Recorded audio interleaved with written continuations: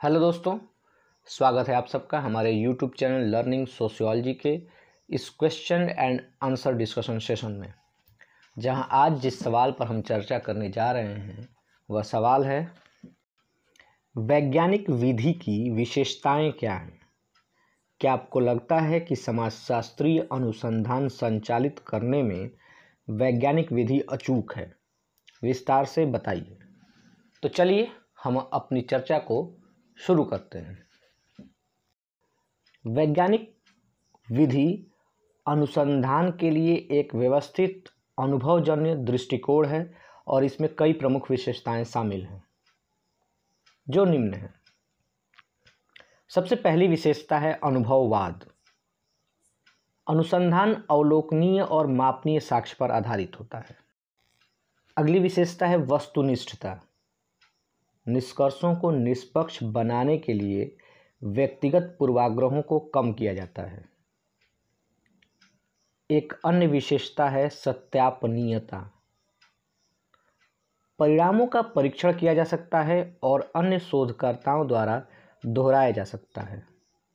व्यवस्थित प्रक्रिया भी एक प्रमुख विशेषता है।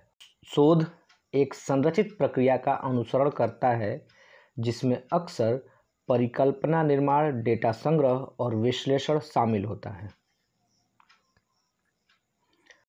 अगली हेडिंग है मिथ्याकरणीयता। एकत्रित साक्ष्य के आधार पर परिकल्पनाओं को गलत साबित किया जा सकता है। एक अन्य हेडिंग है परिशुद्धता। अवधारणाएं स्पष्ट रूप से परिभाषित की जाती हैं और माप सटीक और सुसंगत होते हैं। अंतिम विशेषता है पूर्वानुमान। वैज्ञानिक विधि का उद्देश्य सामान्य नियम या पैटर्न स्थापित करना है जो भविष्य की घटनाओं की भविष्यवाणी कर सकते हैं। लेकिन सवाल उठता है कि क्या समाजशास्त्रीय अनुसंधान में वैज्ञानिक विधि त्रुटि रहित या अचूक है? वैज्ञानिक पद्धति या विधि एक शक्तिशाली उपकरण है, लेकिन यह त्रुटि रहित या अचूक नहीं है, खासकर समाजशास्त्रीय शोध में। इसके कई कारण हैं। पहला और प्रमुख कारण है मानव व्यवहार की जटिलता। जैसा कि हम सब जानते हैं, मानव व्यवहार सामाजिक, सांस्कृतिक और व्यक्तिगत कारकों की एक श्रृंखला से प्रभावित होता है, जिससे सार्वभौमिक कानून स्थापित करना मुश्किल हो जाता है। लोग हमेशा पूर्वानुमानित तरीके से कार्य नहीं करते हैं और सामाजिक मानदंड और मूल्य व्यापक रूप से भिन्न होते हैं।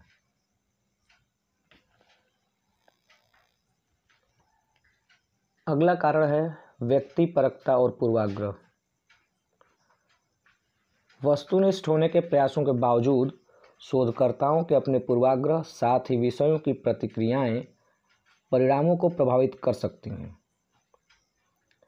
समाजशास्त्रीय शोध में मानवीय अनुभवों की व्याख्यात्मक प्रकृति के कारण व्यक्तिपरकता अक्सर एक बड़ी भूमिका निभाती है। नैतिक बाधाएं भी एक अन्य कारक है। कई समाजशास्त्रीय विषय जैसे गरीबी, असमानता, अपराध कमजोर आबादी को शामिल करते हैं। नैतिक विचार कभी कभी इस सीमा को सीमित कर देते हैं कि कुछ वैज्ञानिक तरीकों को किस हद तक लागू किया जा सकता है, जैसे कि प्रयोग।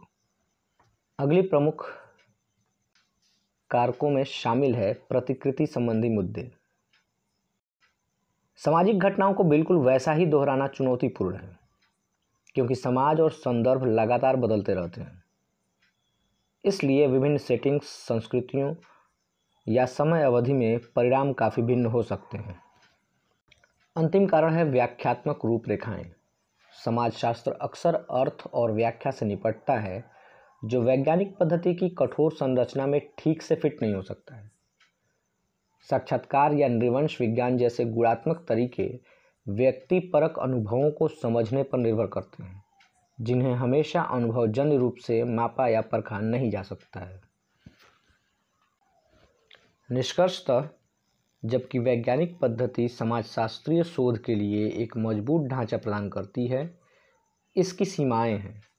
यह कुछ पहलुओं के लिए अच्छी तरह से काम करता है, जैसे पैटर्न और प्रवृत्तियों को समझना, लेकिन यह मानव अनुभव की बारीकियों या सामाजिक जीवन की व्यक्तिपरक प्रकृति को पूरी तरह से नहीं पकड़ सकता है। इसलिए समाजशास्त्री अक्सर समाज की अधिक समग्र समझ प्रदान करने के लिए वैज्ञानिक तरीकों और व्याख्यात्मक दृष्टिकोणों के संयोजन का उपयोग करते हैं। धन्यवाद। आज के लिए इतना ही। मिलते हैं अब हम अपने अगले वीडियो में। तब तक के लिए जय हिंद।